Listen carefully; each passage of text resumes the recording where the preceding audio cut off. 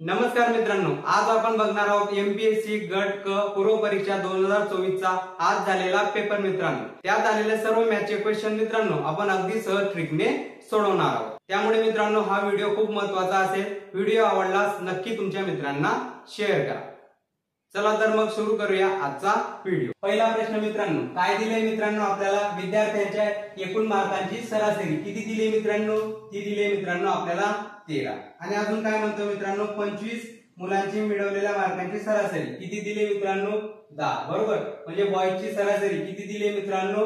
10। आणि मुलींची सरासरी गर्लची सरासरी किती दिली मित्रांनो? 18 दिली। बरोबर, याच्यामध्ये मित्रांनो सिंपल एलिगेशनने हा प्रॉब्लेम सॉल्व्ह झाला असता। बघा, सिंपल एलिगेशन लावू, 18 मधून 13 जाते किती होतील?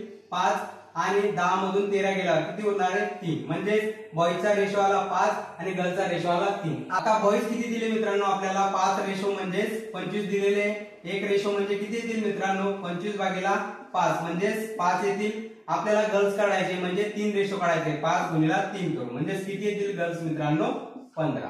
सिंपल, अगदी सहज तुम्ही हा प्रश्न सॉल्व्ह केला असता। पुढचा प्रश्न मित्रांनो, एका रेल्वे गाडी 400 किलोमीटरचे अंतर एक समान वेगाने धावते। रेल्वे गाडीचा वेग ताशी 8 किलोमीटर कमी केल्यावर त्याला पूर्ण अंतर कापायला मित्रांनो 3 तास हे जास्त लागतात। आता मित्रांनो डिस्टन्स किती दिले मित्रांनो? इथे आपल्याला 480 दिले। बरोबर, आता असा प्रॉब्लेम मित्रांनो सिंपल काय करायचं? ऑप्शनने सॉल्व्ह करायचं। बाय ऑप्शनने हा इझी सॉल्व्ह होईल। पहिला ऑप्शन काय मित्रांनो? 40। बरोबर, म्हणजे स्पीड दिलेला आहे आपल्याला 40 दिलेला पहिल्या ऑप्शन मध्ये, म्हणजे टाइम किती लागेल? टाइम किती असेल मित्रांनो? डिस्टन्स अपॉन स्पीड म्हणजे 480 भागीला 40 किती येईल? हा 0 गेला 0, 12 चौका 23 म्हणजे त्याला 12 आवर लागतील। आता नंतर तो काय म्हणतोय? स्पीड त्याने 8 किलोमीटर पर आवर ने कमी केला म्हणजे 40 मधून 8 जातील म्हणजे किती होतील मित्रांनो? 32। आणि परत डिस्टन्स तर तेच असणार आहे आपला 480 आणि स्पीड कमी झालेला 32 म्हणजे किती येतील मित्रांनो? तर ते येतील 15। बरोबर, याला 15चा भाग जाईल। बरोबर, म्हणजे 3 तासाचा डिफरन्स आला। बरोबर, म्हणजे पहिला ऑप्शन आपलं करेक्ट ऑप्शन आहे। म्हणजे याचा आन्सर असेल मित्रांनो 40 किलोमीटर पर आवरचा त्याचा 40 किलोमीटर पर आवर त्याचा काय असेल मित्रांनो? स्पीड असेल।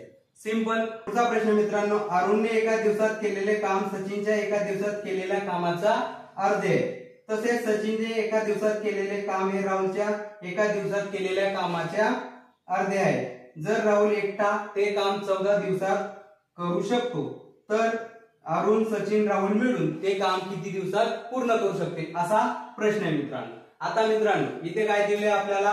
अरुण दिलेला आहे, अरुणचा ए घेतो, सचिन साठी मित्रांनो मी एस घेतो आणि राहुल साठी आर घेतो। बरोबर, आता मित्रांनो आपण याचा इफिशियन्सीचा रेशो करू। हा जर एक काम करत असेल तर हा 2 काम करेल आणि हा किती काम करेल? राहुल 4 काम करेल, कारण की ते एकमेकांचे अर्धे काम करतात। आता राहुल ते काम 14 दिवसात पूर्ण करतो म्हणजे टोटल वर्क किती येईल मित्रांनो?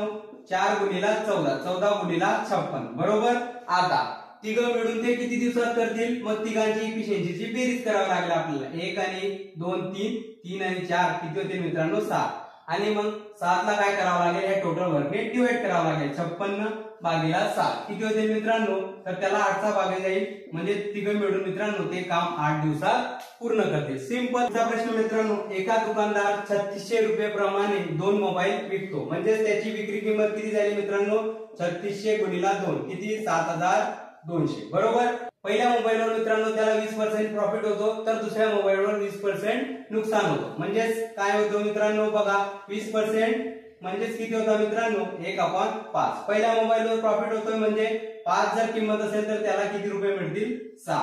काय होईल मित्रांनो? 5 जर किंमत असेल तर त्याला 4 रुपये मिळतील। बरोबर, सिंपल मित्रांनो याच्यामध्ये काय असतो?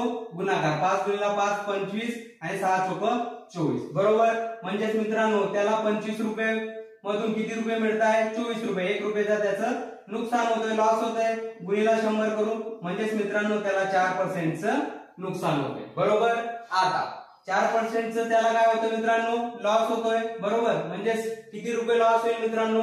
72च्या 4%। बरोबर, 72च्या 4% किती येतील मित्रांनो? 72च्या 4%चे 2 0 गेल्यावर 72 गुणिला 4 किती येतील? 288 रुपयाचा मित्रांनो त्याला काय होईल? लॉस होईल. सिंपल 288 रुपयाचा त्याला लॉस झाला असता. हे आपल्याला ऑप्शन मध्ये दिले का मित्रांनो? नाही. म्हणून याच्या जवळपासचा ऑप्शन काय मित्रांनो? 300 रुपये हे असेल त्याचं उत्तर. किंवा मित्रांनो हा प्रश्न आयोगाकडून चुकीचा धरला जाईल.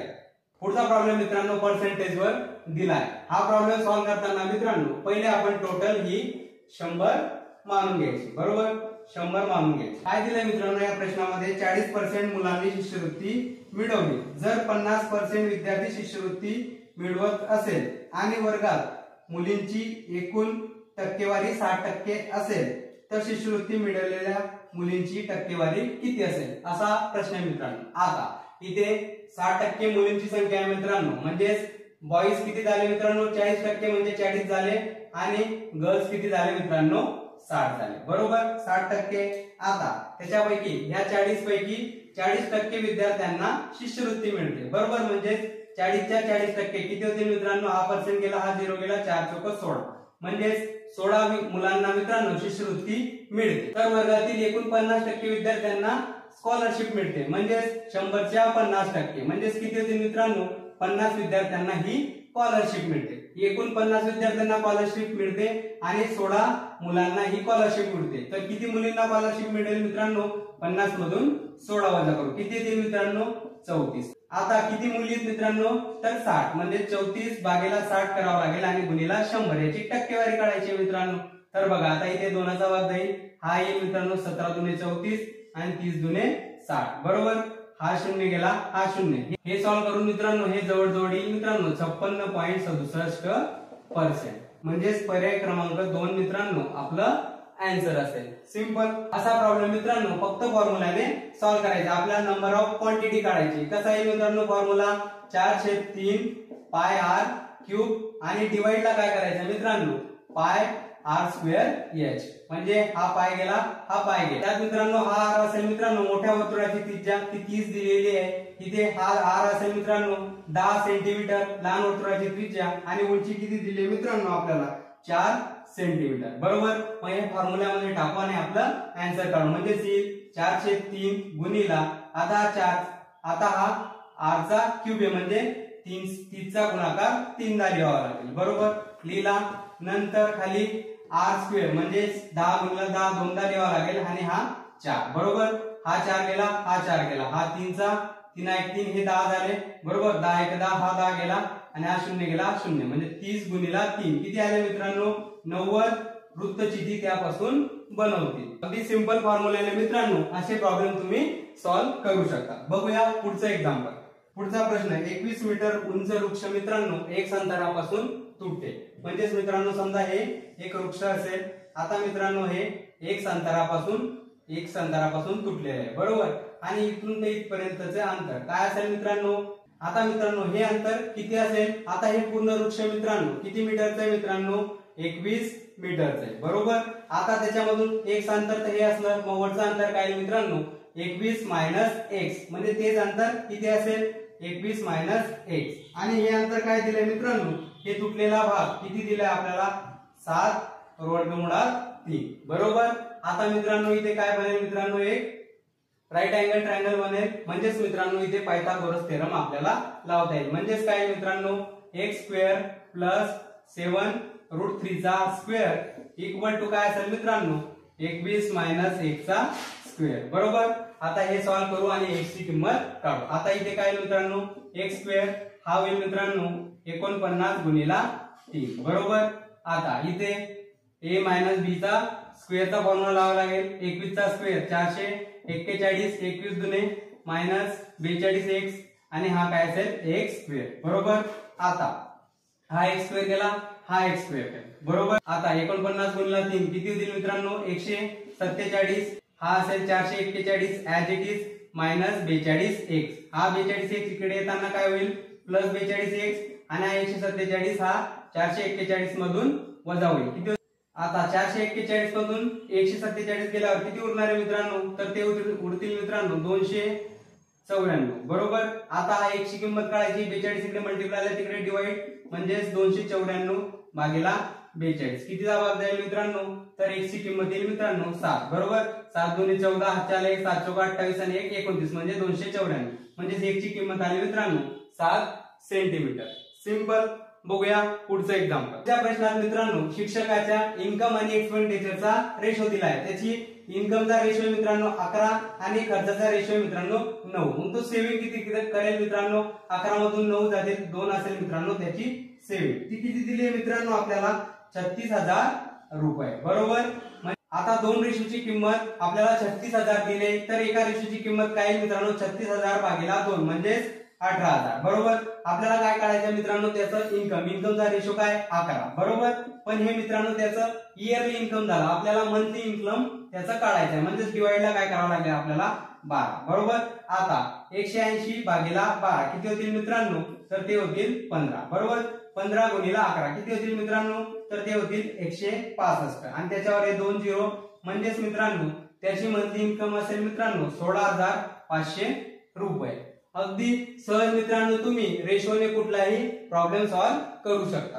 पुढचा प्रॉब्लेम. साखरेच्या किमतीत 20% ची कपात केल्याने खरेदीदारास 160 रुपयात 2.5 किलो साखर जास्त मिळते, तर साखरेची मूळ किंमत किती असा प्रश्न आहे. आता मित्रांनो 20% काय होते मित्रांनो, त्याच्यामध्ये कपात होते. 20% म्हणजे किती होतील मित्रांनो 1/5 म्हणजे 5 असेल तर 4 रुपयात ती मिळते. बरोबर.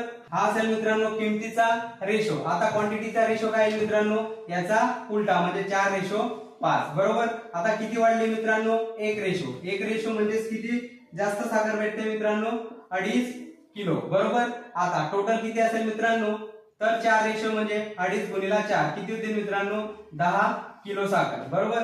10 किलो साखर आता किती रुपयाला मिळते मित्रांनो आपल्याला 160 रुपयाला. म्हणजे 1 किलो साखरची किंमत काय आहे मित्रांनो 160 भागिले 10 म्हणजे 0 गेला 0 म्हणजे 16 रुपये. तर 16 रुपये मित्रांनो त्या साखरेची मूळ किंमत असेल.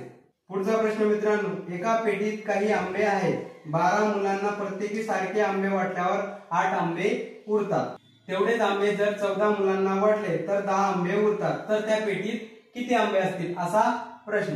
मित्रांनो असे प्रॉब्लेम आपण बाय ऑप्शनने सॉल्व्ह करू. आता काय म्हणतोय तो 12 मुलांना प्रत्येकदा समान आंबे वाटल्यावर 8 आंबे उरतात. म्हणजेच 8 वजा करून जी संख्या असेल त्याला 12 ने भाग गेला पाहिजे. म्हणजेच आता पहिलं ऑप्शन मित्रांनो 84 मधून 8 वजा करू किती, तर ते येतील मित्रांनो 76. बरोबर.